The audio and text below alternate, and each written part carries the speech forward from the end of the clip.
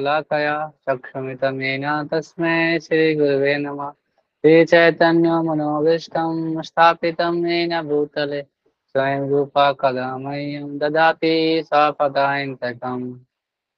वन्देऽहं श्रीगुरो श्रीयुतापदकमलं श्रीगुरून् वैष्णवं च श्रीरूपं साग्रजातं सहगणरघुनाथवितं तं सजीवम् साधुदेतं सावधूतं तैना सहितं कृष्णचैतन्यदेवं श्रीराधा कृष्णपादां सहगणरिता श्रीविशाखावितांश्च। हे कृष्णा करुणा सिंधु दीनबंधु जगतपते गोपेश गोपीकांत राधाकांत नमस्तुते। सप्त कांचन गौरांगी राधा वृंदावनेश्वरी विश्वानुसुते देवी परमामि हरि प्रिये। वाञ्छाकल्पतरुवृक्ष कृपा सिंधु वैश्य पतितानां पावनेभ्यो वैष्णवभ्यो नमो नमः। जय श्री कृष्ण चैतन्य प्रभु नित्यानंद श्री अद्वैत गदाधर श्रीवासादि गौर भक्तवृंद। हरे कृष्ण कृष्ण कृष्ण हरे हरे हरे राम राम राम हरे हरे। हरे कृष्णा प्रभु जी। हरे कृष्ण। तो आप लोग का स्वागत है इस भगवद गीता की कक्षा में। तो अभी हम लोग आज जो टॉपिक है, आज जो सब्जेक्ट है कर्म करने की कला, मतलब हम लोग जो कर्म करते हैं कैसे कर्म करना चाहिए, आर्ट ऑफ वर्क। तो आज बहुत इम्पोर्टेंट है कि हम सीखेंगे कि कैसे कर्म करें कि अपने जीवन को के जो लक्ष्य है उस लक्ष्य की ओर पहुंच सके। जो मनुष्य का लक्ष्य है उसकी ओर कैसे पहुंच सकते हैं और कौन से कर्म करने से हमको ये प्राप्त होगा। हम पहले श्लोक पढ़ते हैं। अभी हम लोगों ने जो पिछला श्लोक भी पढ़ा था कर्म के बारे में, बुद्धि योग के माध्यम से कर्म को कैसे करना चाहिए उसके बारे में पढ़ा। तो आगे भी उसी उसी के बारे में भगवान अर्जुन को बता रहे हैं। तो श्लोक क्रमांक 50 है और दूसरा अध्याय गीता का सार। तो हम लोग इस प्रकार से श्लोक है। बुद्धि युक्त जहाति यह उभे सुकृत दुष्कृते तस्मात् योगाय उजस्व योग कर्मसु कौशलम बुद्धि युक्तो जहाति उभे सुकृते दुष्कृते तस्मात् योगाय उजस्व योग कर्मसु कौशलम। तो यहाँ पे इसका अनुवाद इस प्रकार से है। भक्ति में संलग्न मनुष्य इस जीवन में ही अच्छे या बुरे कर्मों को अपने को मुक्त कर लेता है। अतः योग के लिए प्रयत्न करो। भी सारा कार्य कौशल यही है। हम लोगों ने पढ़ा ना इससे श्लोक से पहले समतव समतत समतव योग उच्यते, मतलब समता के जो हम लोग योग के बारे में पढ़ रहे थे। कैसे योग मतलब क्या, संबंध किसके साथ, भगवान के साथ। तो कैसे जोड़ सकते हैं, जब हम समभाव की स्थिति में रहेंगे तब हम उस योग को अपने जोड़ सकते हैं। तो योग, हाँ, उस योग को कैसे प्राप्त कर सकते हैं, जब हम पाप और पुण्य, सुख और दुख से भी ऊपर उठेंगे तब हम कर सकते हैं, नहीं तो नहीं कर सकते। तो हमारा कर्तव्य क्या होना चाहिए कि कैसे हम इससे ऊपर उठ सकते हैं। तो यहाँ पे भगवान अर्जुन को यही बताने का प्रयास कर रहे हैं कि जो मैंने समझाया पहले कि बिना आसक्ति से कि बिना आसक्ति मतलब आसक्ति छोड़ के कर्म करो। फिर तो आप बताया कि अभी इसके पहले क्या बताया, जो पाप कर्म है उससे दूरी बना के करो। तो गृहित कर्म को छोड़ो। गृहित कर्म के बारे में हम लोग पढ़ रहे थे पिछले श्लोक में, जो कृपन से भी ऊपर उठो। तो कर्म का ऐसा है कि कर्म अच्छे जो बड़े बड़े जो भी महारथी हैं, जो भी लोग हैं, उसको भी नहीं छोड़ता। कर्म का सिद्धांत इतना इतना गहरा है। क्योंकि आप देखते होंगे कि कोई मक्खी कर्म में, कर्म बंधन में फंसते हैं कि कोई मक्खी से कोई जाले में फंसती है। देखे होंगे कि एक मकड़ी का जाल रहता है, तो पहले मक्खी का एक पैर जाता है, फिर दूसरा पैर जाता है, फिर पंख जाता है। उनके पंख होने के बावजूद भी क्या उससे निकल नहीं पाता।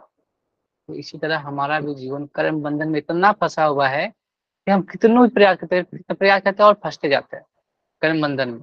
तो वही कर्म बंधन से निकलना है। अब बहुत सारे लोग बोलते हैं कि अगर पुण्य करेंगे तो हम अच्छा, और पाप करेंगे तो हमारे साथ बुरा होगा। लेकिन सुख दुख, और वही अगर पुण्य करेंगे तो सुख आएगा, पाप करेंगे तो दुख आएगा। ये हमें ऐसे उसे चलता रहता है, ऐसा ऐसा सिस्टम बना हुआ है। और हमें बंधन में बांधे रखते हैं। तो अब क्या करें, कर्म करें ही नहीं क्या? अगर कर्म नहीं करेंगे, कर्म फिर भी कर्म करना पड़ेगा। जैसे अगर हम चलेंगे तो भी कर्म है, चलेंगे तो बहुत सारे जो जीव हैं उसको मारते हैं, तो उसका भी पाप लगेगा। अगर हम अगर हम सांस लेंगे, सांस नहीं भी लेंगे तब भी बहुत सारे जीव ऐसे बनेंगे। तो कर्म हमेशा क्या करता है, बांध के रखता है। कर्म बंधने बांध कर सकते हैं। तो हमको से निकलना कैसे है? तो जब हम इस कर्म बंधन में भगवान को सेंटर करते हैं, जब तक हम केंद्र बिंदु भगवान को नहीं लाएंगे तब तक इस कर्म बंधन से हम लोग नहीं बच सकते। बहुत मुश्किल है बनना। इसलिए इसीलिए हम क्या करते हैं ना, अपने जीवन में बहुत बंधे हुए, फंसे हुए हैं, लगता है फंसे हुए हैं। इससे कैसे निकले? हमको पता है कैसे निकले, लेकिन इतना बंधे हुए हैं कि हमको उसी में धीरे धीरे मजा आने लगता है। तो हम लोग बोलते हैं ना कि आ, कोई लोग बोलते हैं कि सुख दुख हो रहा है, चलो कोई दिक्कत नहीं, धीरे धीरे उनमें मजा ही आने लगा है। सुख दुख में ही मजा है। सुख दुख की स्थिति सबसे अच्छी है। तो लोग क्या बोलते हैं, अगर पता नहीं तो क्या बोलते हैं, थोड़ा सुख है तथा दुख तो आना ही चाहिए हमारे जीवन में, तभी तो मजा आएगा, ऐसा बोलते हैं। तो प्रभुपाद बोलते थे कि एक काम करो, खीर जो होता है ना, स्वीट हम लोग उसमें डालते हैं, बहुत सारा मिक्स करते हैं, ड्राई फ्रूट डालते हैं, उसको अच्छा बनाते हैं, फिर उसको खाते तो कितना स्वीट लगता है। और उसी में अगर हम थोड़ा रेत मिला दें उस खीर में, तो खाने में तो वही स्वाद रहेगा, लेकिन क्या, बीच में कंकड़ आएगा। तो मजा आएगा क्या जीवन में? नहीं। तो हमें क्या करना है, लोगों को पता ही नहीं है कि सुख कैसा है। क्या है कि उस हम लोगों को जो रियल जो हैप्पीनेस है उसको बारे में पता ही नहीं लोगों को। उसी में इतना मजा आ रहा है ना, इसी दुख में, अज्ञान के में, कि हम उसको छोड़ना नहीं चाहते। ऐसे हम लोगों ने पढ़ा कर्म के सिद्धांत के बारे में, कर्म विकर्म अकर्म। तो कर्म करते हैं तो हमको उसका फल, सकाम कर्म फल मिलता है। विकर्म करते हैं तो हमें दुख आता है, अगर कर्म करेंगे फल मिलता है तो सुख कर दुख। विकर्म करते हैं तो दुख आता है। अकर्म करते हैं तो अकर्म मतलब क्या, कि बिना फल के आ सकते, बिना कर्म फल को चाहे बिना सेवा करना। तो भक्ति, वो भक्ति योग में, जो भक्ति योग में क्या करते हैं, कर्म करते हैं। जो जो भक्ति योग में कर्म करते हैं तो अच्छा वो बुरा नहीं मिलेगा, किसका, इस जगत का अच्छा बुरा नहीं मिलेगा। इस अच्छे बुरे से हम बच जाएंगे अगर हम कर्म करेंगे भक्ति योग के माध्यम से। तो कर्म का सिद्धांत इतना इतना भास्ट है, इतना इतना हमारे जिंदगी में है कि हमको, हम जो भी कर्म करते हैं उसका प्रारब्ध, उसका फल हमको भोगना पड़ता है। अब जैसे अब कोई चोर है, चोरी किया, कोई चोरी किया तो वो सोचेगा कि हम अपना रूप बदल लेंगे, अपना अपना भेष बदल लेंगे। फिर भी क्या होता है, फिर भी वो ऐसा नहीं होगा कि कभी पकड़ा नहीं जाएगा, लेकिन वो पकड़ा जाएगा। उसी प्रकार हम लोग को लगता है कि हमने बहुत सारे, हमारे जन्म में कुछ और बन जाएंगे, लेकिन हमारा कर्म का सिद्धांत हमको कभी पीछे नहीं छोड़ता, वो हमें हमेशा बांधे रखता है। हम क्या चाहते हैं, हम परिस्थिति को देख रहा हूँ, सुख और दुख दुख आ जाएगा, ऐसा हम सोचते हैं। ऐसा नहीं, ऐसा सिद्धांत नहीं है। थोड़ा सा एक सेकंड रुकेंगे।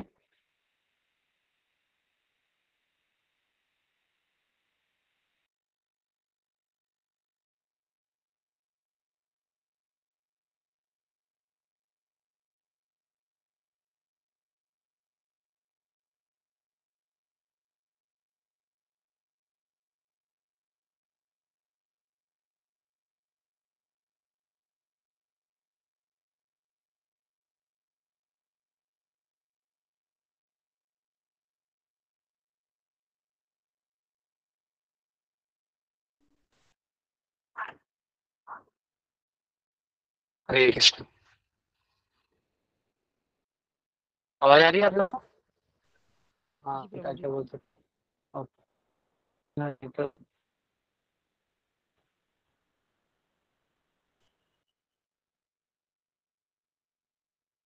हरे कृष्णा। तो फिर से स्टार्ट करते हैं जहाँ पे थे हम लोग कहाँ थे कि हम लोग ने बात कर रहे थे कि कर्म के सिद्धांत के बारे में, कि कर्म का सिद्धांत इतना क्यों जरूरी है। कर्म का सिद्धांत इसी अगर भक्ति योग नहीं करेंगे तो हमको कर्म के सिद्धांत में हर बार क्या करना पड़ेगा, फंसना पड़ेगा। तो हमने पढ़ा कि मैंने बता रहा था कि कोई चोर है, अगर वो कर्म को चोरी करता है और वो सोचेगा कि नहीं हम अपने आप को बदल लेंगे तो हम पकड़े नहीं जाएंगे, तो ऐसा नहीं होगा। उसी प्रकार हम लोग क्या चाहते हैं ना, हम सोचते हैं कि परिस्थिति बदल जाएगा तो हम सुख और दुख से बच जाएंगे या उस कर्म फल से बच जाएंगे। नहीं, ऐसा नहीं होता। वो कर्म फल आपको मिलेगा। अगर आपने पुण्य किया है उसका भी कर्म मिलेगा, आपका पाप किया है उसका भी आपका फल चुकाना पड़ेगा। जैसे एक स्टोरी आती है, बहुत सुंदर स्टोरी है कि एक ब्राह्मण होते हैं, ब्राह्मण की स्टोरी है और एक कसाई की स्टोरी उसी में है। तो एक ब्राह्मण होते हैं, वो एक जगह बैठे रहते हैं और शांति से अपना ध्यान कर रहे होते हैं, और एक कसाई रहता है। और वो कसाई क्या करता है, गाय जाती है, उसको गाय को ढूंढते ढूंढते कसाई वो गाय जैसे ही पार होती है, मतलब ब्राह्मण के पास से ही पार हो जाती है। तो वो जो ब्राह्मण है, ब्राह्मण उद्यान में होता है और ब्राह्मण सोचा, वो कसाई आता है, ब्राह्मण से पूछते हैं कि वो गाय किधर गई बताइए। तो वो कुछ बोलता नहीं है, बस वो ऐसे बोलता है, ऐसे दिखा देता है, अपनी उंगली दिखा देता है कि गाय उधर से गई। तो ब्राह्मण सोचा कि नहीं, मुझे सत्य बोलना चाहिए, इस कर्तव्य अपने निभा दिया। ठीक है, लेकिन उसके वजह से क्या हुआ, गाय की हत्या हुई। उस गाय की हत्या, कसाई ने उस गाय की हत्या कर दी। तो कुछ सालों के बाद, 10-15 सालों के बाद ऐसा होता है। तो एक बार ब्राह्मण जब ये सब हो गया, कसाई ने गाय को पकड़ा और उसको हत्या कर दी, तो 10-15 साल के बाद जब ब्राह्मण एक गांव गांव में भिक्षाटन करने के लिए जाते हैं, तो एक घर में पहुंचते हैं। तो वहां पे देखते हैं कि एक स्त्री ने अपने पति की हत्या कर दी। वहीं पे जो इस घर में जाते हैं, और वो ब्राह्मण जब जाते हैं तो ब्राह्मण को बोलते हैं कि आप मेरे साथ संभोग करो, ऐसा ब्राह्मण को वो कौन बोलते हैं, वो औरत बोलती है जबरदस्ती, तो ऐसा। तो वो ब्राह्मण बोलते हैं नहीं नहीं मैं नहीं करूँगा। तो वो चिल्लाने लगती है। तो गांव वाले जमा हो जाते हैं। तो गांव वाले बोलते हैं कि तुम गांव वाले उनको घेरे। तो स्त्री बोल देती है कि इन्होंने मेरे पति की हत्या की है और इसीलिए मैं चिल्ला रही थी और मेरे साथ वो गलत करना चाह रहे थे। ऐसा बोल के ब्राह्मण को गांव वाले लोगों के साथ पकड़वा देते हैं। तो ब्राह्मण होने की वजह से जो गांव वाले लोग हैं ना, उनको क्या करते हैं, उनको उनका बस हाथ काट के, जिस हाथ से उन्होंने दिखाया था ना गाय का, हाथ काट के छोड़ देते, एक हाथ उनका काट देते। तो वो सोचता है कि मैंने जिंदगी में इतने कुछ तो कर्म किए नहीं, ऐसा बुरा कर्म नहीं किया, फिर भी मुझे आ, क्यों मुझे ये सजा क्यों मिली। तो वो अपने गुरु जी के पास जाते हैं। तो गुरु जी के पास जाते हैं तो आप बोलते हैं कि गुरुजी मैंने अपने जीवन में इतने सारे अच्छे कर्म किए, सारे करे, लेकिन मेरे को हाथ क्यों काटना पड़ा। तो वही बताते हैं कि तुमने जो पिछले जन्म जो तुमने जो 10-15 साल पहले जिस गाय को हत्या करवाई, तो वही स्त्री बन के आई थी। और वो जो पति था, जो पति बन के कौन था, कसाई आया था उसका, कसाई उसका पति बन के आया था। तो गाय ने उस क्या किया, उस कसाई की हत्या कर दी। अपने अपने जो हत्या का उसको मिल गया। और जो तुम थे ना, तुमने दिखाया था वो उसकी हत्या का पाप, मतलब उसके भागी बने, इसलिए तुम्हारा हाथ काट दिया गया। तो ऐसे कर्म का फल का सिद्धांत है। तो उनको ऐसे कर्म का फल मिल गया। मतलब एक कितनों को अपने जगह में कर्तव्य था, लेकिन क्या था, उन्होंने एक पाप किया कि एक हत्या के भागे देने, तो उसको उसका कर्म का फल भोगना पड़ा। तो कर्म का नियम बहुत कठोर है, बहुत। जैसे आप कभी देखते हैं सुनामी आता है, तो आपने देखा कि बहुत बार सुनामी ऐसा होता है, तो जो बाहर के लोग सुनामी में होते हैं उसको जब पानी अंदर खींच लेते हैं, और जो जो स्कूबा डाइवर जानते हैं वो क्या करते हैं, उसे निकल जाते हैं। तो किसको क्या मिलेगा कर्म से, वो हम डिसाइड नहीं करते। आपके कर्म ही आपके अगले जीवन के जो भी चीजें प्रारब्ध है वो सब डिसाइड करते हैं। बहुत सारी चीज है जो अभी नहीं मिलेंगे, वो कूट अवस्था मतलब बीज रूप में है। लेकिन जब बीज रूप में वो कर्म बढ़ेंगे तब आपको उसका फल मिलेगा। हो सकता है जो आप प्रारब्ध अभी भोग रहे हैं वो पिछले जन्म का कर्म है, तो कर्म से कोई ही नहीं बच सकता। जैसे हम लोगों ने जब हम लोग गीता पढ़ते हैं तो हम लोग पढ़ते हैं ना, 5 जो है, 5 जो सब्जेक्ट है इस गीता में क्या है, कौन बताएगा? फिर उसके बाद में बताऊंगा, तो बताएंगे जो 5 सब्जेक्ट मैटर है गीता के, क्या क्या है?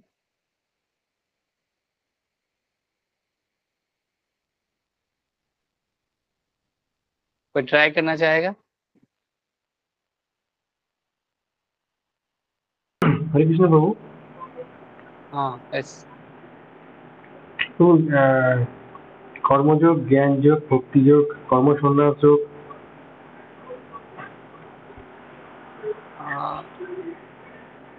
क्या फिर से एक बार रिपीट करेंगे तो वो? কর্মযোগ, জ্ঞান যোগ, কর্মসন্ন্যাস যোগ, ভক্তি যোগ। नहीं नहीं, ये सब्जेक्ट मैटर नहीं है। मतलब हम लोग गीता पढ़ते हैं ना, तो 5 चीज है, जो 5 चीज जो मैटर है।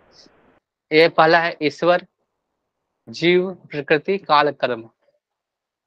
तो जो 4 चीजों को क्या बोला गया? शाश्वत। लेकिन कर्म को क्या क्या है? क्या क्या शाश्वत नहीं है। तो जो जीव है, यहाँ पर क्या है?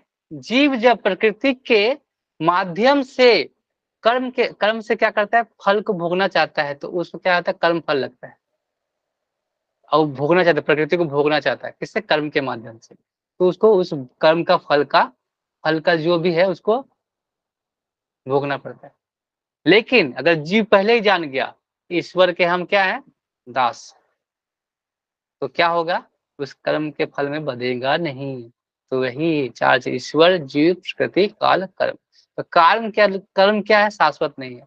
और शाश्वत नहीं है तो अच्छा है। अगर शाश्वत होता तो हम कभी सुधर नहीं पाते, क्योंकि एक बार कर्म कर दिया बुरा कर्म तो बुरे ही रहते हैं हमेशा, और अच्छा ही कर दिया तो अच्छे रहते हैं। तो इसलिए कर्म शाश्वत नहीं है, आपको मौका दिया जा रहा है कर्म करने का। तो अगर कोई भक्ति करता है तो क्या होता है? जितने भी सारे पाप कर्म है पिछले जन्म के, और जो भी आपने किया है जो बीज रूप में भी है, वो सारे सारे इस भक्ति करने से सारा कर्म जो है तो जल जाता है, सब कुछ नहीं बचता है, सब खत्म हो जाता है। भगवान आपको सब कुछ साफ कर देते हैं अगर कोई भक्ति करता है। जैसे, लेकिन अगर कोई, बहुत लोग अज्ञान अवस्था में है कि उन लोगों को उसी मजा आ रहा है, दुखी है सुखी उसी मजा, जिस अवस्था में उसी मजा आ रहा है। जैसे एक स्टोरी सुनाता हूँ मैं। एक चूहा रहता है, वो चूहेदानी में फंस जाता है। चूहेदानी में फंस जाता है, तो उस वहां पे क्या होता है? मक्खन रहता है, कांटे लगे रहते हैं, और बिजली का करंट लगता है वहां पे।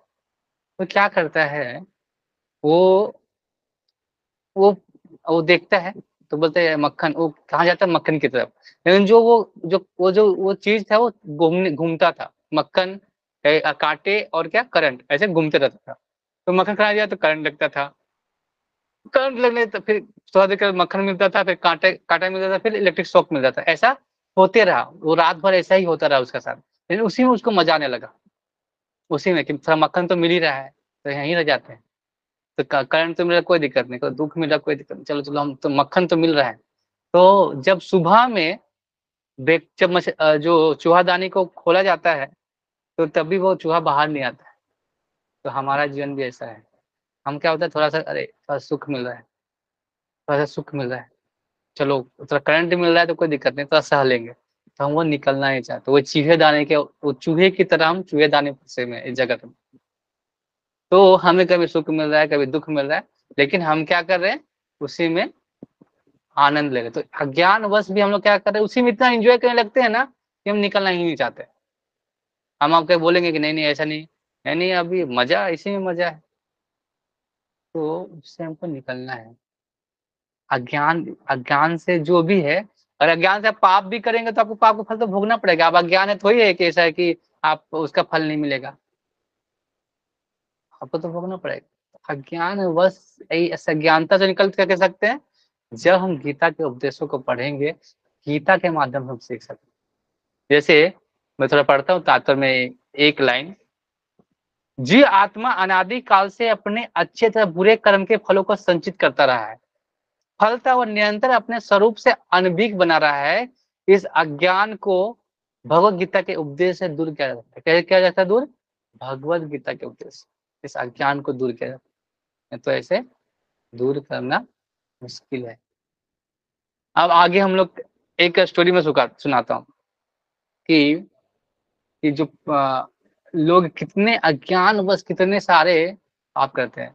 तो ये स्टोरी बहुत बड़े आचार्य हैं बिल्वा मंगल ठाकुर, आपने बहुत सारे भजन सुने होंगे। तो बहुत मतलब कोई इतना ज्यादा गिर के भी भक्ति के माध्यम से इतना ऊपर उठ सकता है, इस स्टोरी से हम समझ सकते हैं। ये स्टोरी रियल है और बहुत सारे आचार्यों ने इसे उसका स्टोरी को सुना है बिल्वा मंगल ठाकुर के बारे में। तो बिल्वा ठाकुर ने बहुत सारे रचनाएं की हैं, हमारे गीत लिखे हैं भगवान के लिए, ऐसे ऐसे गीत लेंगे कि आप पढ़ के आपको आंसू आएंगे ऐसे। कौन से गुरु जी प्रभु? बिल्वा मंगल ठाकुर, बीरबल, बिल्वा बिल्वा मंगल ठाकुर। बिलवा। हाँ, तो मैं स्टोरी सुनाता हूँ। तो एक बार बिल्वा मंगल ठाकुर जब थे, तो एक बार क्या हुआ, उस समय की बात है कि बिल्वा मंगल ठाकुर उस समय ऐसा कुछ भक्ति में नहीं लगे थे। तो क्या था कि वो एक वेश्या के में इसी में फंस गए, वेश्यावृत्ति में फंस गए। ब्राह्मण थे लेकिन वेश्यावृत्ति में फंस गए थे। तो क्या करते थे, उनके वेश्या का नाम था चिंतामणि। वो दिन रात उसी वेश्या के में खोए रहते थे, चिंतामणि चिंतामणि चिंतामणि चिंतामणि चिंतामणि ऐसे करते थे। जब भगवान को के नाम लेते हैं ना, हरे कृष्ण कृष्ण कृष्ण हरे हरे, हरे राम राम राम हरे हरे, और चिंतामणि चिंतामणि चिंतामणि करते रहते। तो एक बार क्या हुआ, और वो जो वैश्य का घर था वो बाहर था, मतलब जो नदी थी उसके बाहर था, नदी के उस पार था, और इस पार वो रहते थे। तो एक दिन क्या हुआ कि बिल्वा मंगल ठाकुर के जब पिताजी का देहांत हो जाता है, उस दिन ही हो जाता, मतलब एक दिन हो जाता है, उस समय वो इतना ज्यादा चिंतामणि के प्रति इतना आसक्त थे कि वो सोचते थे क्या यार इतना, मतलब मैं पिताजी इस जल्दी क्रियाक्रम खत्म करो, मुझे जाना है। तो वो उस क्रियाक्रम को छोड़ के वो चले जाते। उस दिन इतना बारिश हो रहा था, बहुत बारिश हो रहा था, और बहुत ज्यादा पानी बह रहे थे, बहुत ज्यादा नदी में बहुत ज्यादा उफान आ गया था कई बारिश की वजह से। तो वो नाविक के पास जाता है, बोलता है कि मुझे जाना है, उस पार जाना है। तो नाविक भी मना कर देता है कि मैं नहीं जाऊंगा, अभी अभी मैं नहीं जा सकता महाराज, अभी क्यों, अभी मुझे क्यों बता रहे हैं, क्यों अभी जाएंगे तो हमारी नाव डूब जाएगी। तो फिर भी वो इतना मतलब काम के बस में इतने वासना में फंसे फंसे हुए थे कि उन्होंने आओ ना देखा था, एक देखा कि लकड़ी बह के आ रही थी, उस लकड़ी पे वो छलांग मार देते और उस लकड़ी को पकड़ के तैर तैर के उस पार पहुंच जाते हैं। मतलब काम वासना में इतने ज्यादा गिरे रहते हैं। उसके बाद क्या करते हैं, फिर वो इतना, फिर वो क्या, उनका घर रहता है ऊपर में रहता है वैसे का, तो वो उसको चढ़ना रहता है। तो वैसे को वो चिल्लाते हैं कि चिंतामणि चिंतामणि, तो चिंतामणि आवाज नहीं देती है। वो चिंतामणि सोचती है कि अभी तो कौन आएगा इतनी रात को, कोई तो बंद करके सब सो जाते हैं। तो क्या करता है, एक एक रस्सी रहता है, और रस्सी नहीं रहता, वो कोबरा रहता है, सांप, उसी को चढ़ के वो चिंतामणि के पास उससे घर पहुंच जाता है। तो चिंतामणि जब वो देखती है कि ये सारा चीज मतलब करके आया है, वो रस्सी, और जो लकड़ी था ना, लकड़ी, वो लकड़ी नहीं था, वो क्या था, डेड बॉडी था, लाश था। वो किसका लाश था, उसी के पिताजी का लाश था। लोग बोलते हैं, मतलब आचार्य बोलते हैं कि उसके पिताजी के लाश था। क्यों, तो वो लाश जैसे बारिश हुआ था तो लाश जला नहीं था, तो वही लाश बह के आया था, वही लाश को पकड़ के वो क्या आया था, वैसा से। तो वैश्य ने बोला, चिंतामणि ने बोला कि तुम इतने ज्यादा तत्पर हो, इतने ज्यादा इस शरीर, जो ये चमड़े के शरीर के लिए तुम इतनी ज्यादा लालसा और वासना में हो, कामना कर रहे हो। तुम अगर इतना ज्यादा, इतना सब भगवान के लिए करते तो तुमको भगवान मिल जाते। चिंतामणि ने ऐसा बोला। तो ये ऐसा जब बोला तो बिल्वा ठाकुर के हृदय में ये हृदय में जब ये बात घुसी, तो उनका मन पूरा, हाँ, लगा कि हाँ मुझे भी ये करना चाहिए। तो उन्होंने उस चिंतामणि को अपना गुरु माना और वहां से निकल गए कि हाँ, भगवान को पाने के लिए। तो भगवान को पाने के लिए निकल गए वहां से, और पूरी तरह से सब कुछ छोड़ के भगवान के पास, भगवान के लिए चले, समर्पित हो गए। फिर भी हमारे जो वासनाएं होती है ना, कूट रूप से होती है, कुछ चीजें हम लोग को फंसे, तो कितने भक्ति में होते, कभी कभी हमारी वासना निकल जाती है। तो बिल्वानंद ठाकुर की एक वासना वासना थी ही, तो चिंतामणि का भी थोड़ा सा वासना बची हुई थी। तो एक बार क्या होता है, बहुत भक्ति, मतलब भजन वजन गा रहे थे, सब कुछ हो रहा था, लेकिन एक बार क्या होता है, एक स्त्री रहती है, बहुत सुंदर स्त्री रहती है, उनको देख के उनके मन में वासना आ जाती है, उनके पीछे पीछे दौड़ने लगते हैं वो और उनके घर पहुंच जाते हैं। तो जब उनके पति आते हैं, किसान होते हैं, तो उनको बोलते हैं कि साधु महाराज तो क्या चाहिए आपको? तो वो बोलते हैं कि मुझे आपके पत्नी से मिलना है, ऐसा वो बोलते हैं। तो वो साधु थे, तो बोले चलो ठीक है। तो वो अपने पत्नी को बोलते कि अपना मुख दिखा दो, तुम चिंतामणि नहीं हो।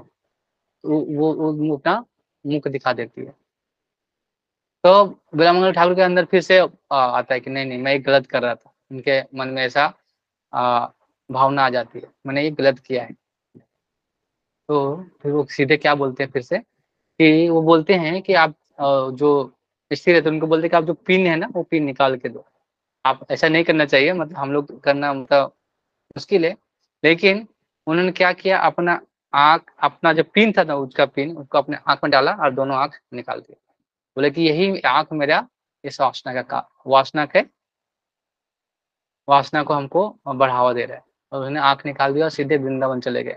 तो वृंदावन जाते हैं, वहां पे उनको एक छोटा बालक उनको वृंदावन घुमाता है, और छोटा बालक कोई नहीं, भगवान ही होते हैं, भगवान कृष्ण होते हैं। उनको पूरा ब्रज भूमि घुमाते हैं और उनको पूरी तरह से ब्रज भूमि घुमाते हैं और सबका दर्शन करवाते हैं।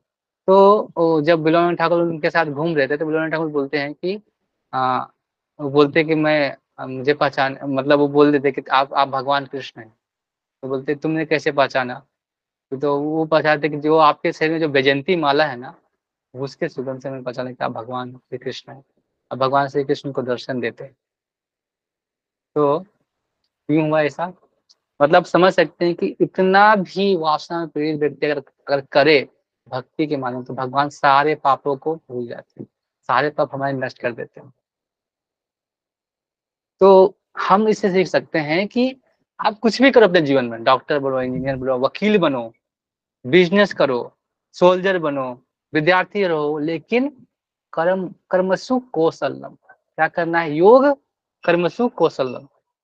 कौशलम क्या करना है? अपने जीवन में योग के माध्यम से, कर्म के माध्यम से भगवान को जोड़े रखना है। भक्ति युक्त अगर कुछ अगर जीवन में करेंगे, डॉक्टर इंजीनियर वकील कुछ भी हो, शास्त्रों को नष्ट करेंगे, तो आप जो आनंद की जो डेस्टिनेशन है ना, उसे पहुंच जाएंगे। जो रियल हैप्पीनेस है, जो अपने जीवन में चाहते हैं, वो आपको मिल जाएगी। अगर हमें ये जो चीज सोच शरीर मिला है, या हम अपने कर्मों को अनुसार मिला, हम काला है, गोरा है, लंगड़े हैं, कुछ भी हैं, अपने जीवन में जो भी मिला है वो अपने कर्म के अनुसार मिला है। लेकिन हमें क्या करना है? भगवान ने जो दिया है उसी में कर क्या खुश होके हमें क्या करना है? अपने जीवन का लक्ष्य पाना। अब कुछ भी करो जीवन में, बस यही करना है, भक्ति युक्त सारे कर्म करें। और भक्ति युक्त सारे कर्म करेंगे तो आपके जीवन खुद ब खुद आपके आनंद आपके जीवन में अपने आप आ जाए। और वो कैसे कर सकते हैं? जब हम इस गीता के माध्यम से अपने अज्ञान को दूर करके भक्ति भक्ति योगा में लगेंगे। क्या करेंगे? योग कर्म से कौशल। हरे कृष्ण। किसी को सवाल या कुछ पूछना है या कुछ बताना? यस प्रभु। जो मैटर हम्म, आप बताए थे ना, 5 मैटर, तो एक ईश्वर, जीव, हाँ, प्रकृति, काल। काल कर्म। काल और कर्म, तो इसको हाँ फिर से बताओगे डिटेल में? हाँ, ईश्वर जीव प्रकृति काल कर्म है। जो ये जो हम लोग गीता पढ़ते हैं ना, ये 5 ही मैटर में से है। ईश्वर के बारे में बता रहे हैं, ईश्वर कौन है इसके बारे में बताते हैं। जीव और ईश्वर में संबंध क्या है, और प्रकृति में रह के जीव कैसे, इस प्रकृति जो हम जगत है प्रकृति में है, जो भगवान के अध्यक्षता में चलती है, तो वो जीव कैसे इस प्रकृति में रह के क्या करता है? भोग भोग इच्छाओं को पूरा करता है। काल, काल जो हमें समय, जो हमारा चक्र, समय का चक्र चलता है, जैसे हम काल की वजह से हमें क्या होता है कि हमें पता चलता है ये हमारा जो एक चेंज हो रहा है बॉडी, ये काल काल का है, ये शाश्वत है। ये काल ऐसा होता रहता है, सतयुग आता है, द्वापर आता है, त्रेता त्रेता द्वापर आता है, त्रेता आता है, द्वापर आता है, कलयुग आता है, ऐसे काल कर्म चलते रहता है। और क्या है? काल। और कर्म क्या है? शाश्वत नहीं। कर्म क्या है होता है? वो अपने कर्म के अनुसार, जब हम कोई कर्म करते हैं जीवन में, तो उस जैसा कर्म करते हैं हमको वैसा फल प्राप्त होता है। तो कर्म क्या है? हम जैसा कर्म करेंगे वैसा हमको फल प्राप्त होगा। तो हम अगर अगर इस सारे कर्मों को भगवान को समर्पित करेंगे, हमको पता चल गया कि हम जीव ईश्वर के क्या है? नित्य कृष्ण दास, भगवान के दास के रूप में है, तो हम क्या होंगे, इस कर्म बंधन से मुक्ति पा लेंगे। हम कर्म बंधन की वजह से हमें इतना बार जन्म लेना पड़ रहा है। हम इतना बार क्यों जन्म ले रहे हैं? कर्म बंधन है कि हम बार बार कर्म कर रहे हैं, ऐसा काम कर रहे हैं, तो हमें उस फल को भोगना तो पड़ेगा ना। बोलते हैं कि अगर कोई आपको एक रसगुल्ले खाने की इच्छा है, अगर आपको इच्छा है तो आपको फिर जन्म लेना पड़ता है। और आपने कोई कर्म आपके जीवन में छूट गया है, अगर कर्म योग के आधार में जाना चाहते हैं तो कर्म आपको भोगना पड़ेगा। तो कैसे बच सकते हैं? जब हम भगवान, अब जो कर्म है ना, अकर्म भाव से, जो अकर्म है किसको करना है, भगवान की भक्ति योग से जोड़ के करेंगे तो हम क्या होंगे, उससे मुक्त हो सकते हैं। तो वही चीज बता रहे हैं कि आप किसी भी स्थिति में हो, क्या करना है, योग कर्म सुख कौशल। तो यही अर्जुन को क्या बता रहे, कृष्ण बता रहे हैं कि तुम्हें कर्म करना है। कर्म किसके लिए करना है? कृष्ण भावनामृत कर्म करना है। वही जो 3 श्लोक में बता रहे, बुद्धि से कृष्ण भावनामृत करना है, और क्या करना है, अपने आप को भगवान को, जो कर्म है उसको भगवान को समर्पित करना है। नहीं तो एक कर्म फल तो संचित होते ही, हमारे पुराने जन्म तो संचित होते रहते हैं, अस्टोर्ड है, वही हमको धीरे धीरे मिलते रहते हैं। इस प्रारब्ध से बचना है, इस प्रारब्ध से बचना है, कर्म से बचना है, कर्म फल से बचना है, तो हमको क्या करना पड़ेगा, भक्ति युक्त सारे कर्म करने पड़ेगा। हरे कृष्णा। ओके अच्छा प्रभु जी। और प्रभु जी ओके। जो राजयोग इसको क्या बोलते हैं, राजयोग? हाँ, राजयोग, राजयोग विद्या बोलते हैं इसे, इसी को। इसमें मैंने सुना था कि जो अभी जो कलयुग चल रहा है तो उसके बाद सतयुग आएगा। क्या बोल रहे हैं? मतलब अभी जो युग चला हुआ है तो इसके बाद क्या फिर से सतयुग आ जाएगा? आएगा ना, लेकिन टाइम बहुत है, अभी 4,27,000 साल बाकी है अभी कलयुग में। अभी तो मैंने बहुत कोशिश सुना है। अगर आप, अगर लेकिन एक बार और बताते हैं कि अगर कलयुग के 10,000 साल है ना, ये यही गोल्डन पीरियड है। अगर आप इसी पीरियड में अगर निकलना चाहते हैं, भगवान के धाम तक पहुंच सकेंगे। 10,000 साल बाद जब कलयुग के बीत जाएंगे, तो क्या होगा कि कोई धर्म नहीं बचेगा, कोई शास्त्र नहीं बचेंगे, न नदियां बचेंगी। हम पूरे जगत में एसिड रेन होगा, जो कलयुग के लोगों का जीवन कटते जाएगा, तो फिर कोई भक्ति नहीं करेगा, कोई फसल नहीं होगा ऐसा, तो लोग को मार के खाएंगे। ऐसा ऐसा स्थिति आने वाला है, जैसे भविष्य पुराण में लिखा है, बहुत सारे शास्त्रों में लिखा है कलयुग के बारे में, और आप 12वां स्कंद में लिखा हुआ है। आप भविष्य पुराण आप पढ़ सकते हैं, हर बहुत सारे पुराने पुराण में लिखा हुआ है इसके बारे में। ये सारी चीज स्थिति आने वाली है। तो 10,000 साल जो गोल्डन पीरियड है, तो बाद में जो दिया सिस्टम देना है चैतन्य महाप्रभु का, चैतन्य महाप्रभु के जन्म के बाद जो 10,000 जो है ना, 10,000 साल, तो अगर कोई अगर करेगा, मतलब जन्म महाप्रभु जो पैदा होते हैं ना, तो मतलब 5,000 साल पहले भगवान कृष्ण का जन्म होता है, तो उसके बाद जो 10,000 साल रहेगा, अगर उसमें कोई ऐसा कर जाता है, अगर भक्ति करता है, तो उसको वो निकल सकता है, फिर जन्म जन्म मृत्यु के चक्कर में नहीं फंसेगा। अगर इसमें नहीं फंसता है तो लास्ट में फिर भगवान आएंगे, लास्ट में कल्कि के रूप में, और सारे जितने जीव हो उनका नाश करके फिर से सब कोई संध्या आएगी, और फिर सतयुग में जो बचेंगे सतयुग में जैसा जाएंगे, जैसा जैसे कर्म रहेंगे वैसे सतयुग में जाएंगे। अच्छा, हरे कृष्ण। हरे कृष्णा कृष्ण कृष्ण हरे हरे, हरे राम राम राम हरे हरे। सॉरी प्रभु जी, एक और क्वेश्चन था, सॉरी हाँ। कट हो गया था। हम्म। कट हो गया था। हाँ, बोलिए बोलिए। आज मैंने ना मतलब पूरा दिन भर ना बस कॉपी को खोल के ऐसे देखते रहे, पर उससे मैंने पूरा ये नहीं, मतलब उससे तो मैं पूरा सीख नहीं